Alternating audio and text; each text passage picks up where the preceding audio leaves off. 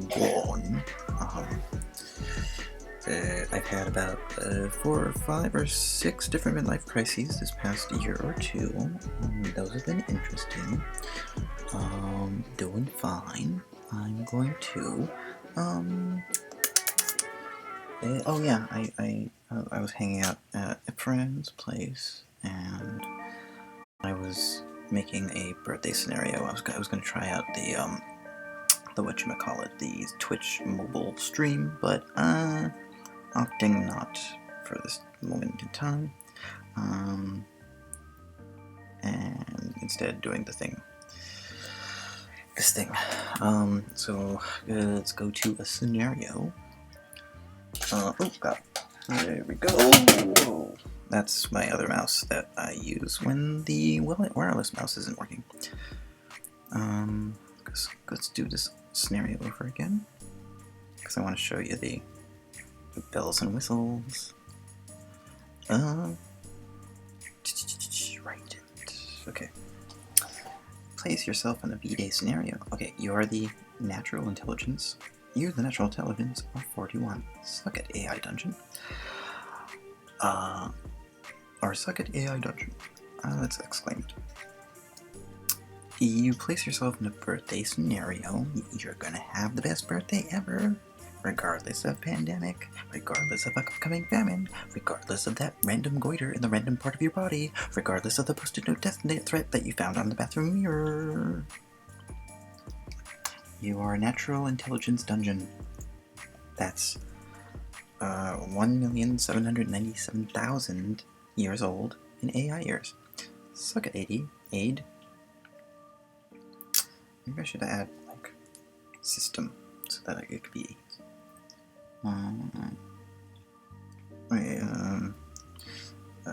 let me...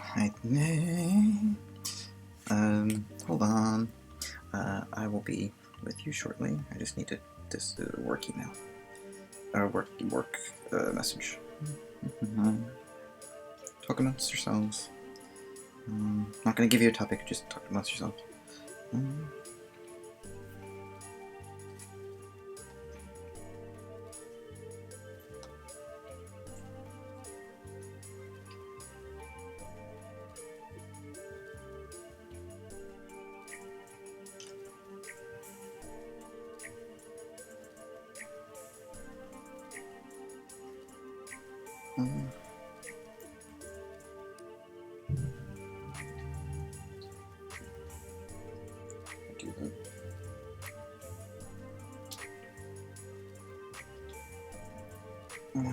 No.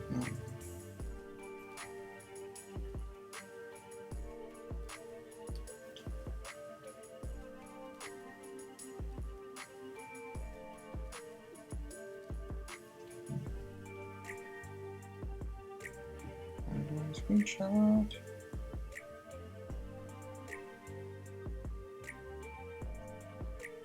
Oh, I see. Okay, well, I'll do that. I'll do that after a round of this. Sorry, I had a work thing. It's easy, but I'm gonna do this now. So I'm very optimistic here, but then I guess my self-sabotaging self in the memory failed is like, hey, dungeon, make it the worst, most horrendous birthday in my 1,797 of your years. Pull no punches. Make me wish my midlife crisis was 20 years ago. Make this my seppuku anniversary. What do you get in the seppuku anniversary? Seppuku-related things. Author's note: Book of Lamentations, Huldblind Beer, Candide meets Job, and they remake Leaving Las Vegas. And Not Safe for Work is All Despair. All Despair is probably Not Safe for Work, or maybe I don't know. I'm not gonna ponder that. I'm doing fine though.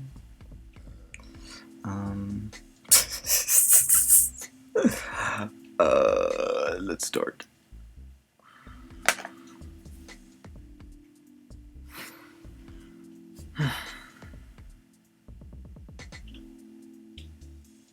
stories in the oven.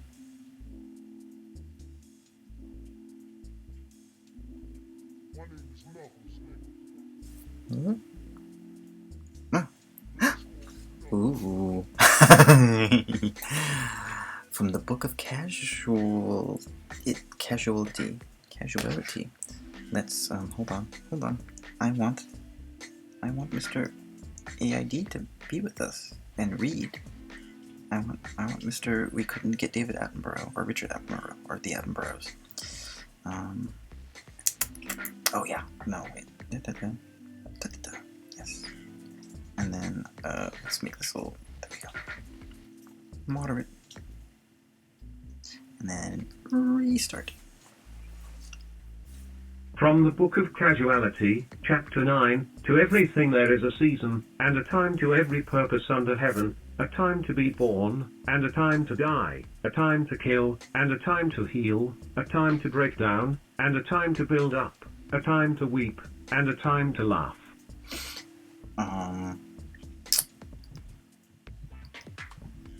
I written. No wait. Submit or this original piece to the Believer magazine. It's fresh. You submit this original piece to the Believer magazine.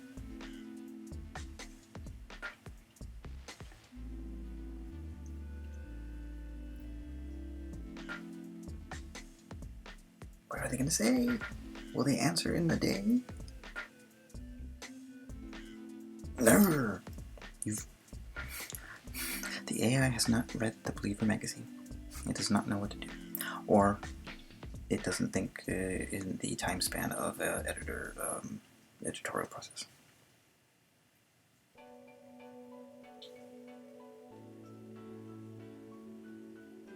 Time's money. Or output's money. Alright. This is all going splendid. Let's how about we take a breather? No. Let's go for waffles. Go for birthday waffles. Turn a random direction. And don't stop until you see waffles.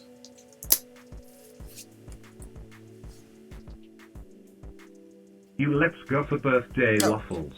Turn a random direction and don't stop until you see waffles. No sleep to waffles.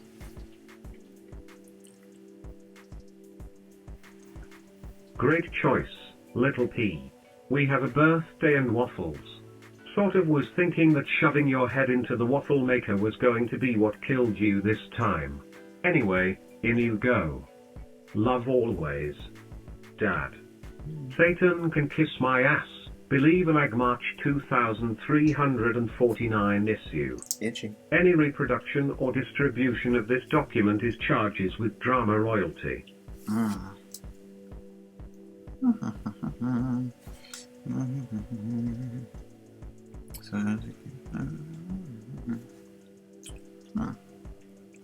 I order one of those dishes. Oh no, okay. Order one of those double stacks of waffles, and when they arrive,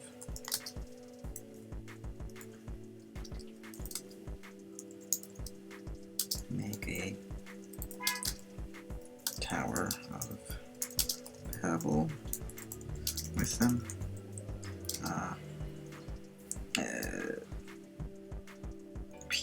Each piece diagonal to the others.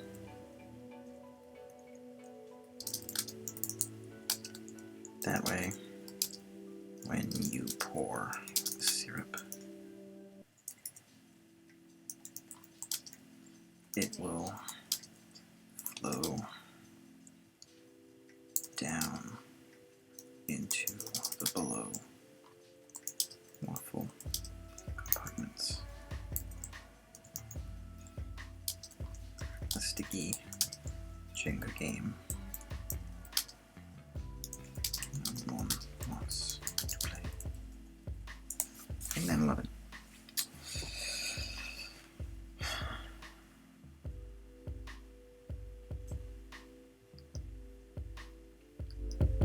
You order one of those double stacks of waffles, and when they arrive, make a Tower of Babel with them, each piece diagonal to the others. The exterior batter starts to expand as the internal compartments get filled with liquid deliciousness. The Tower of Waffles convey unprecedented syrup distribution in the breakfast kingdom, awaiting pale and maigre hordes of toddler hands forever reaching for the perfect stack, only to have it teeter and fall, ever falling into cursed obscurity in a child's stomach.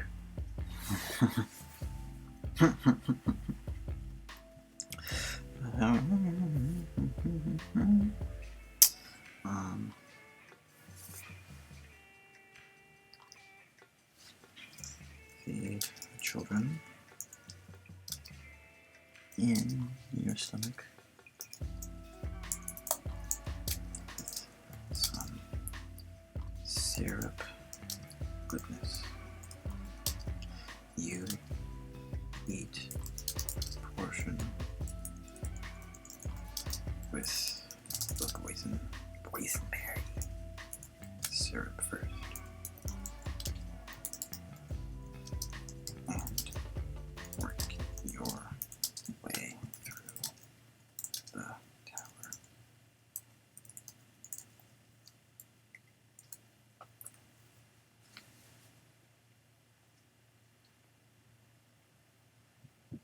You feed the children in your stomach with some syrupy goodness. You eat the portion with the boysenberry syrup first, and work your, then, puking over the brink of the plate to heaven. Oh, earth! Falling quietly in chunks, vaguely circular in a pattern that suggests a donut party distantly related to form, separating all that's connected. You never went grocery shopping, she said accusingly as you fall feverishly from the waffle dream, drifting in and out of reality with your vision getting quirky, finally hitting a blissful ride through walls and floors and cabinets. Sing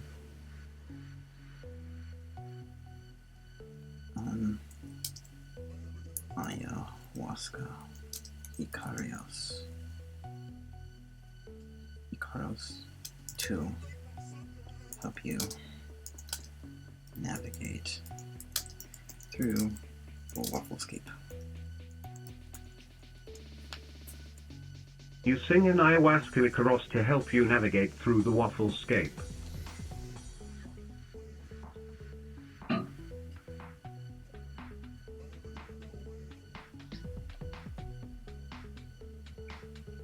Do you know what that is? If we don't know. Are you singing? She interrupts, ignoring the colorful birds and geometric patterns that engulf you. You're smoking tea, you lie for no reason as you ascend from microwave into space, leaving earthbound zero gravity with optimistic realism journey through cereal bowls and cuboid life forms. Want to hold the hand of your lover in a perfect cube? Yes, you really do. Candide is relative, and as an expected value, your formula and flirt with fantastic realities continues. Climb into beloved cube.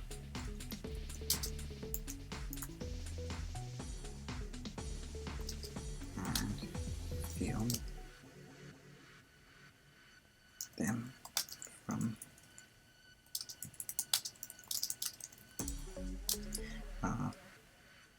fervently take off moving and fervently put them back on.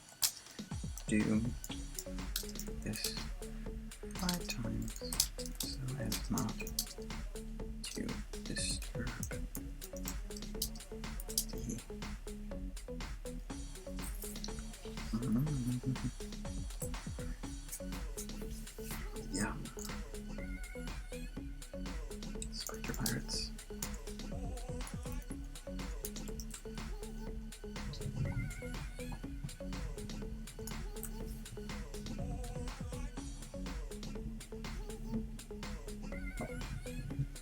You climb into beloved cube, and feel them from the inside.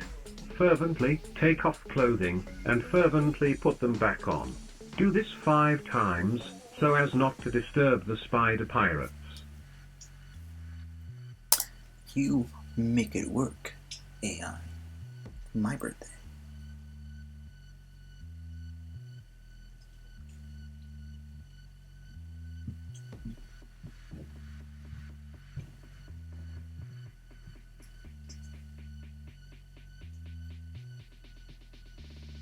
One more time, and then I'll go back to home.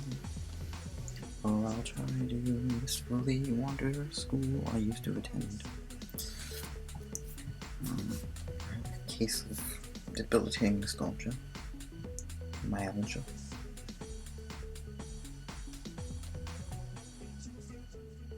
Alright. Take you and your case of fibro. Nostalgia. And your leftovers back home.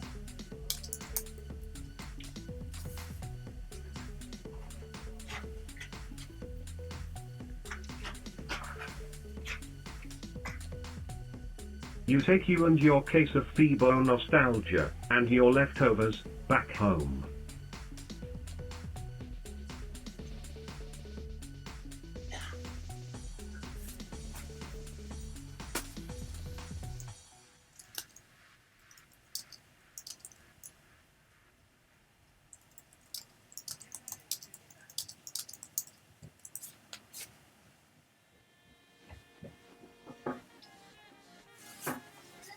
You feel at home while at home.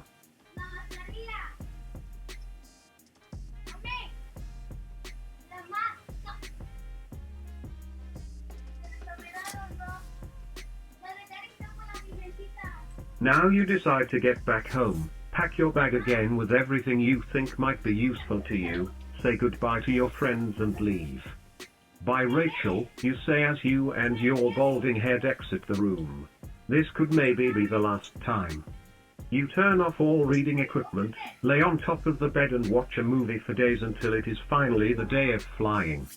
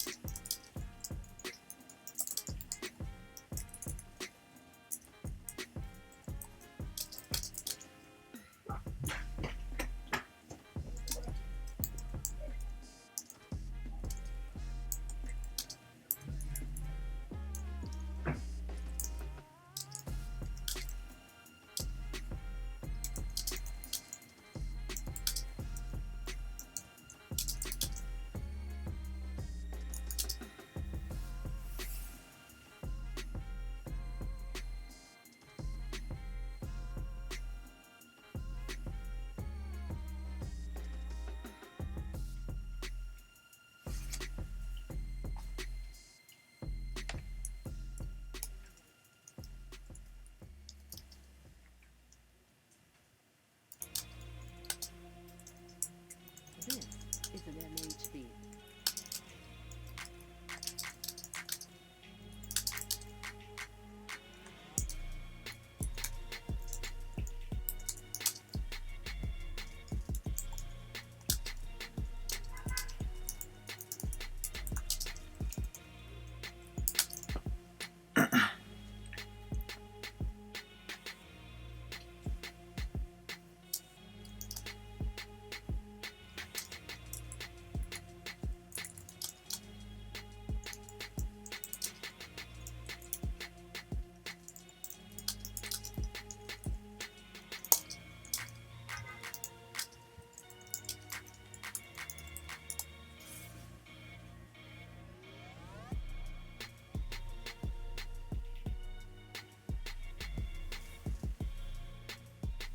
You could buy the Cremaster Cycle and the Up documentary box set.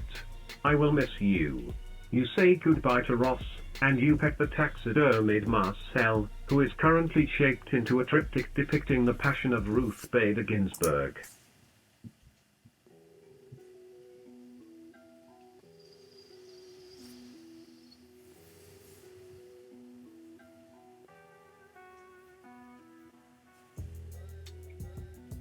You leave the house with your eyebrows painted on and your phone in the back pocket of your torn jeans. Fantasy convention, you call as you step into the Uber with Ernest Anderson, total immortal Hardison. Now, the destination is set, and where we're headed it's always better to be early than on time. Consult this scenario's point system rubric. You consult this scenario's point system rubric.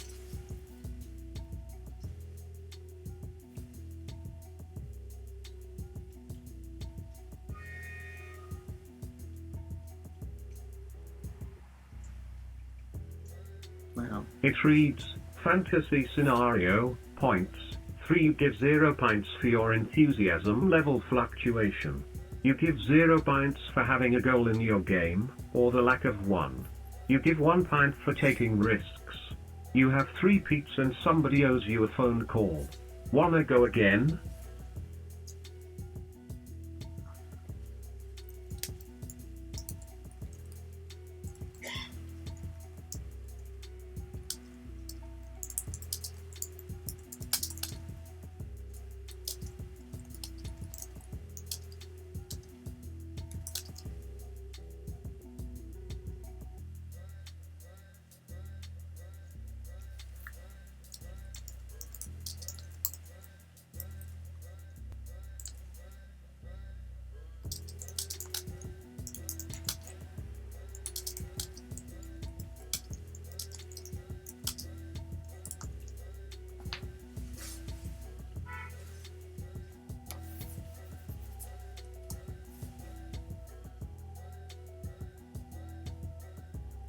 You enthusiastically continue along the road. Your smile is mountain tough, and the river is all dammed up in there. Blurry-eyed brains, dehydrated, you doze in the Uber to Washington with the AC blasting against your cheeks and Derek rolls next to you. His phone notifies him of a new text and he shows it to you. You both laugh heartily at this strange new addition to your damn story. You couldn't have planned something so surreal if you tried.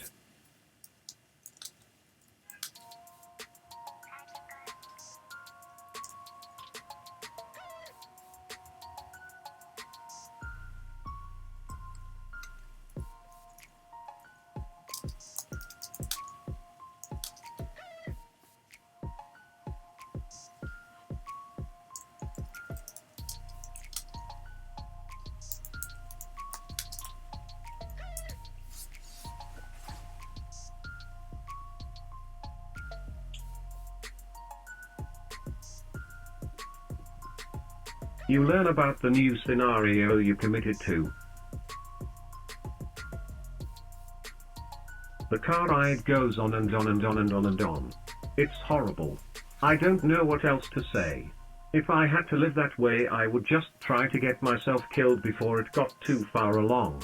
Wait, is this how Laura feels all the time? That sucks for her.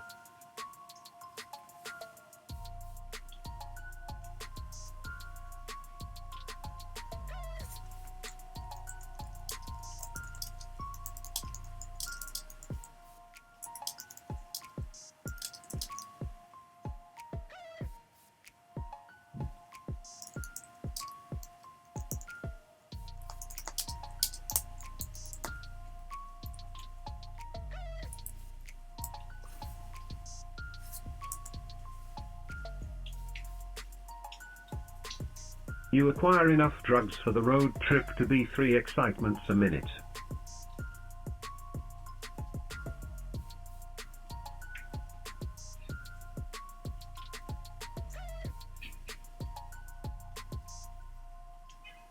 Zoloft 100, 50 mg x 100. Valium, 10 mg x 200. Cialis, 5 mg x 200. Adderall, 40 mg x 200. Floating around between bodies, the drugs plus what you already brought, is about $4 in street value, which goes a long way when it's just piling up in your backpack and Eric has been blowing through it like candy.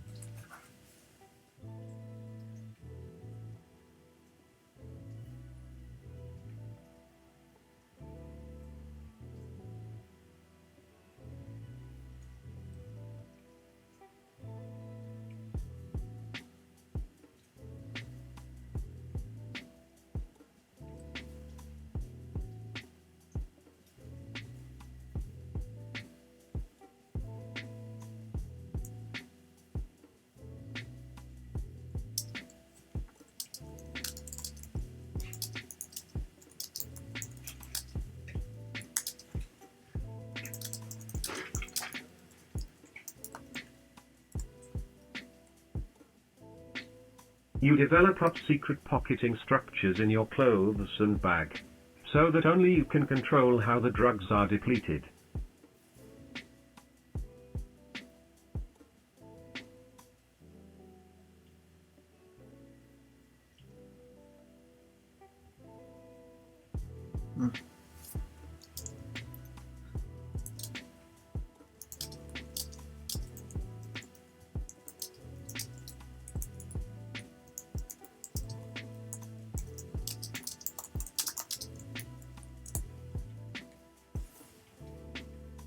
You put on a favorite Spotify playlist to change the mood.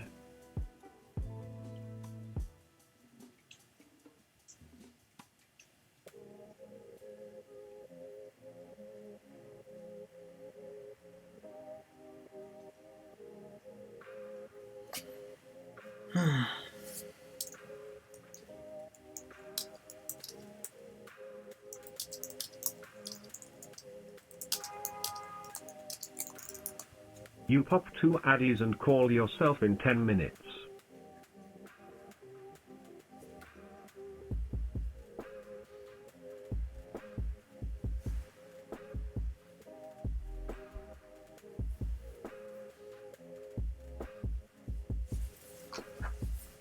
You pick out a beanie and a scarf, then send some texts to everyone you know saying you love them. And action, you say with a nervous smile and laughing cough. You sure this is legal? Tina asks the driver, who just smiles sweetly and shrugs her shoulders. She's an elderly woman with skin like neoprene and hair bluer than your old VW van back home.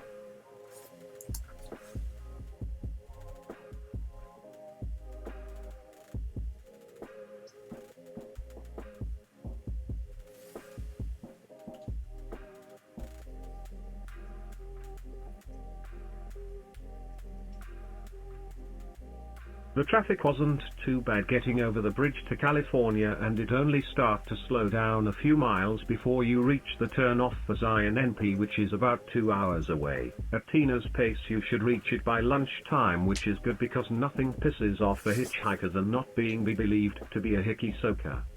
Zion National Park is really everything Arizona pretended to be and more.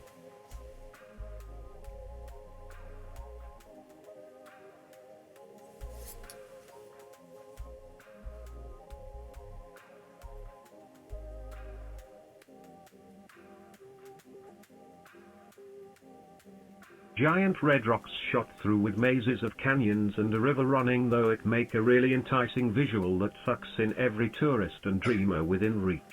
Plus lots of cops and rangers that will help hitchhiking hippies get from place to place.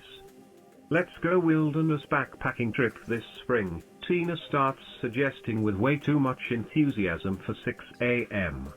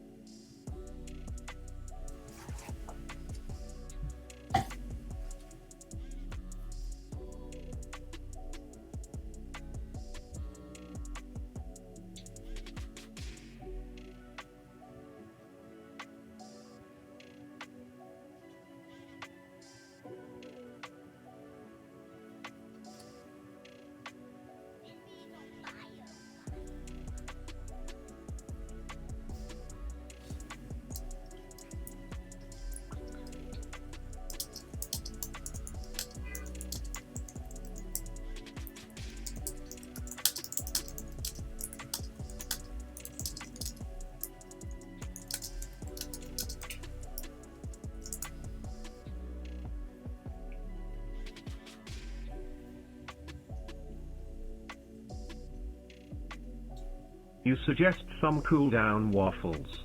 You go to the United Rations, and do order some Upton Sinclair's The Jungle brand. Life on the road, and way off the road, had definitely changed you. Not so much on the inside, but your wardrobe and food choices showed a definite change. You were now wearing scrubs or hiking boots and clothes that acted more like padding.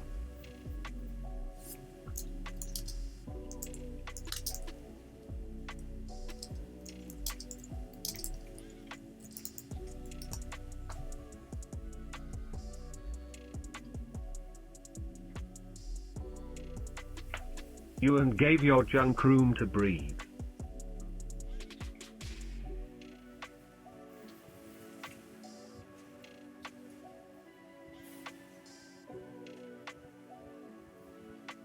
And there was a lot of hygiene products, makeup and eau de toilette scattered around. Plus 3 little bottles of scents, hers Noel, Nicholas and Sax mixed together in an effort to mask the smell of the jungle rot that had formed on your crotch and inner thighs after a week without a shower made it impractical to wear anything besides your hiking outfit that went from A to B campsite to campsite. Plus a tragedy had befallen you recently.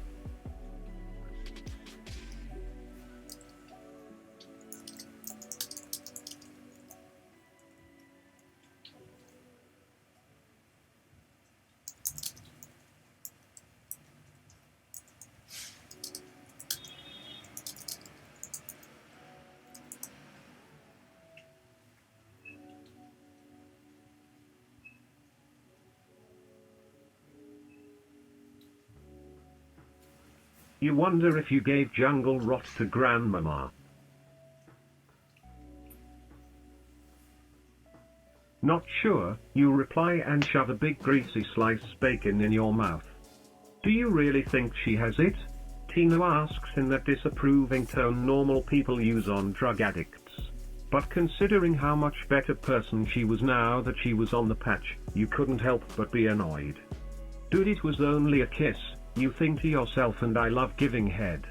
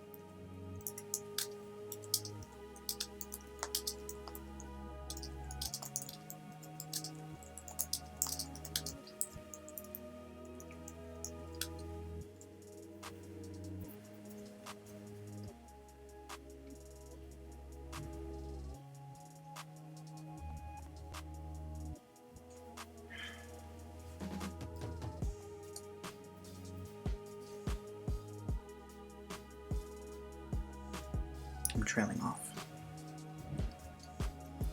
Okay, so let's see if I can wrap it up. I'm sorry, I'm just preoccupied. Since the unconstitutional was in constant use, you and Tina decided fleece some unsuspecting wanderer with an out-of-order sign. Though deep down you were scared shitless that she was pregnant and would make a scene when she miscarried, and you waylaid and robbed what was probably an Italian Catholic tourist from the Chicagoland area. Stand your ground wasn't self-defense if your intent was to start a fight in the first place, according to your third grade teacher, Mrs.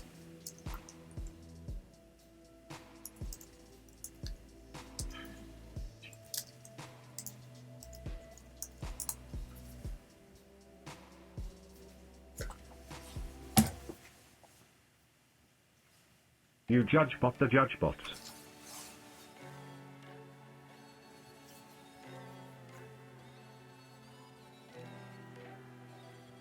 It started at a very young age. Tina and you were hanging around the bus station and she throws out the suggestion that maybe your newly paroled mother had run off with the mechanic to California. So the two of you ran off from the bus station, hitchhiking for you, as Tina's adult freedoms didn't really begin until the morning after her 17th birthday.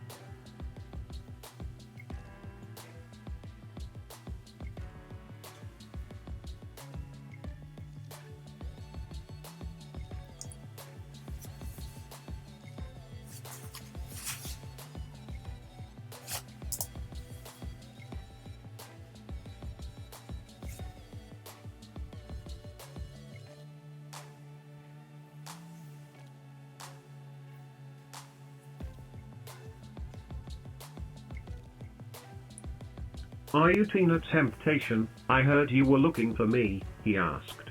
Yeah, so what's this about my mother? You instinctively kept your face blank. The mechanic reached into his pocket and paid the kid off. Here's your money, kid, now scram, okay? You stared at the crumpled tip as he made his way back to the bus station. You got a lot of balls talking to me like that.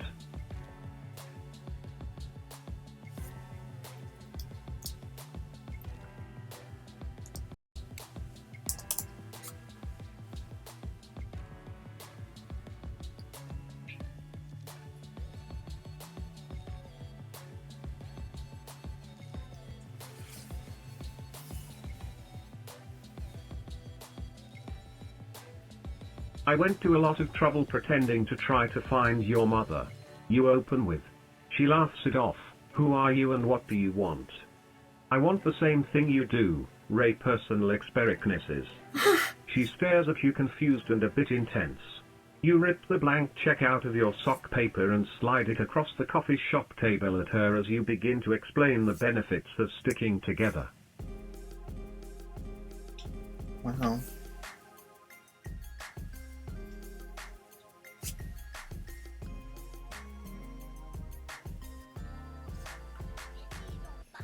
You go on to compliment her hedonistic nature and adventurous spirit. She seemed reluctant, as you knew she would. I'll think about it, she says as you walk the two of you out of the coffee shop and in the direction of South Side. Where are we going, she asks. To watch Supertramp's coffin rising from the grave.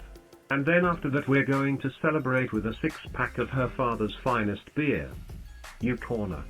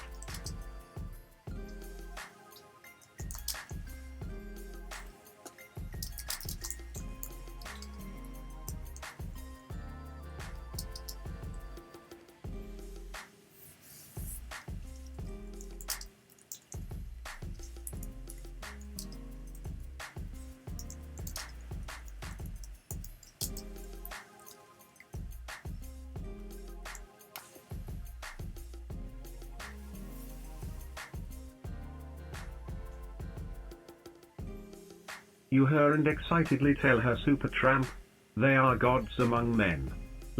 I've been to a few and I get the impression you have too. The first one we go to is my favorite though.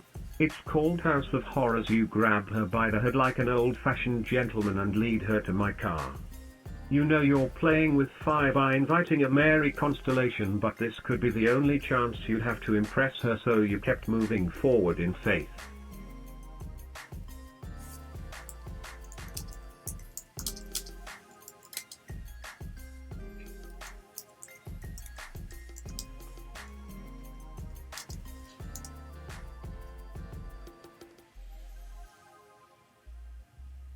You ask what a Mary constellation is?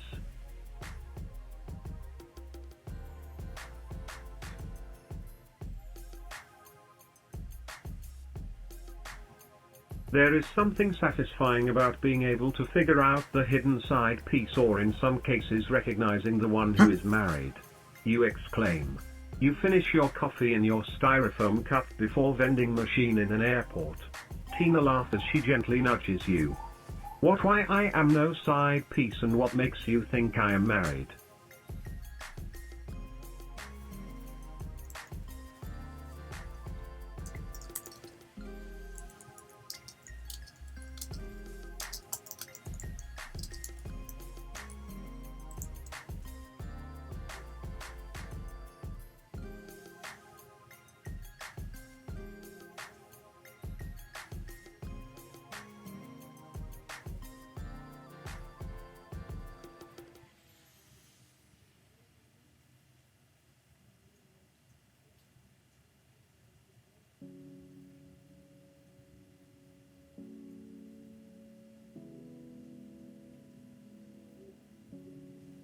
Hmm.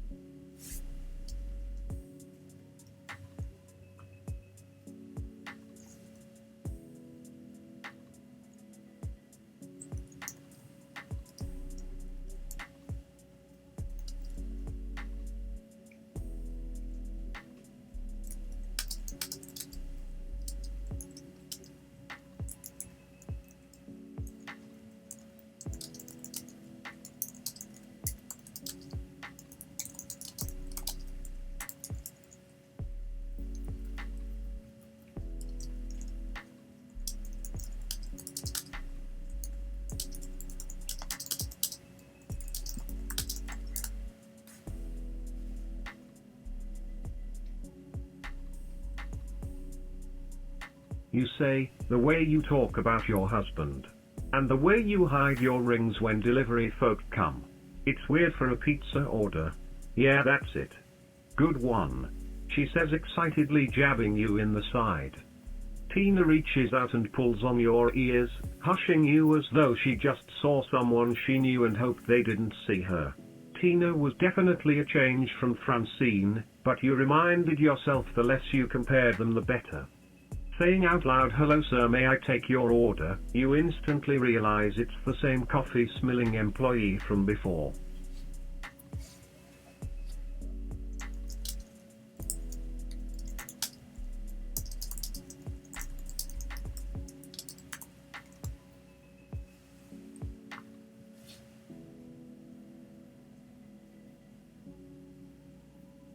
You compliment on the fellow's coffee smell.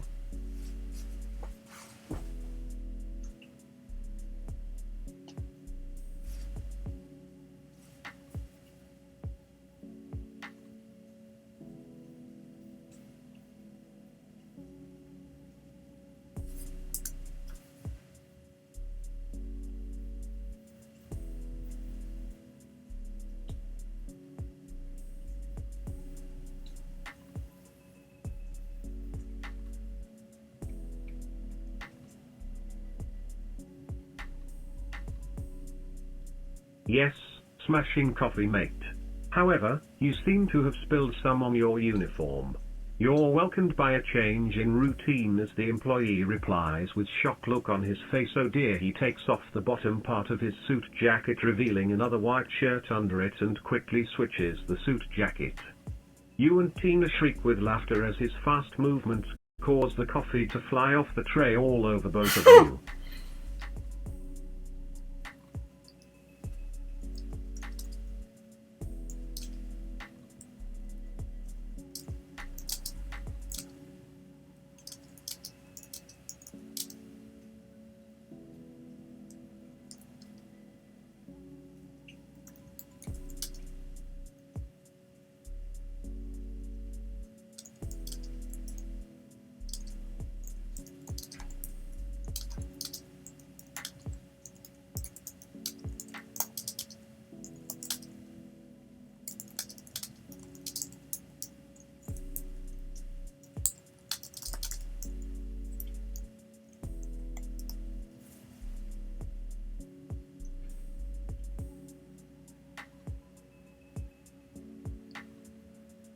You are scolded in life as in your art. You promise to check in about hygiene should you ever move to your neck. Your screams join the others. To pass the time were you not so scalded and in pain, you would appreciate the scene. You pretend to drop into a rock-off but and suddenly drop as low as you can bring yourself up again, hold and around again or somewhere nearby. Who were those two?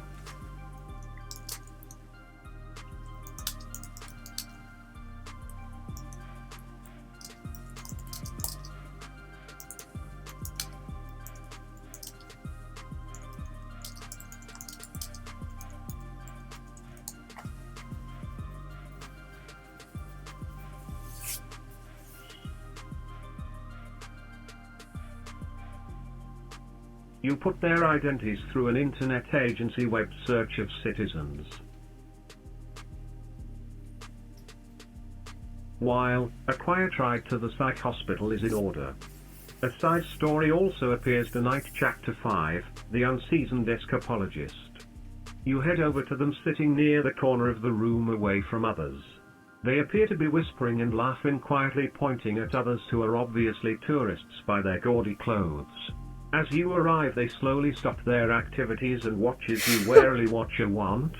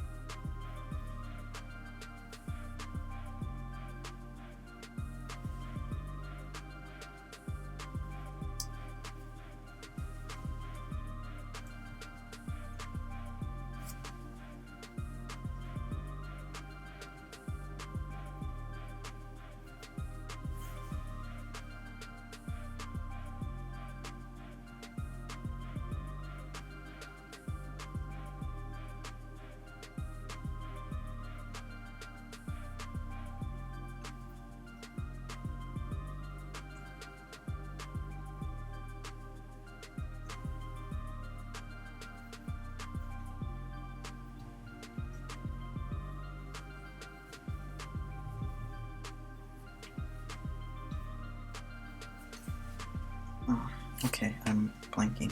Some I should part. Yeah, I'll be back at some point. I'll be more energetic, but maybe I need food. Alright, I'll see you.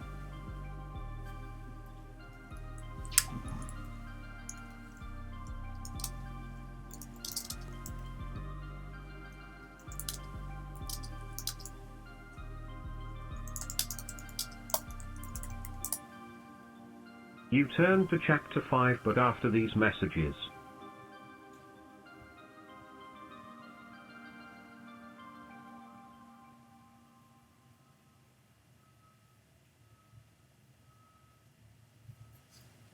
Darkness is instantaneous. You really love this phone you got, but it has one sole flaw: display goes black when the battery is about to die.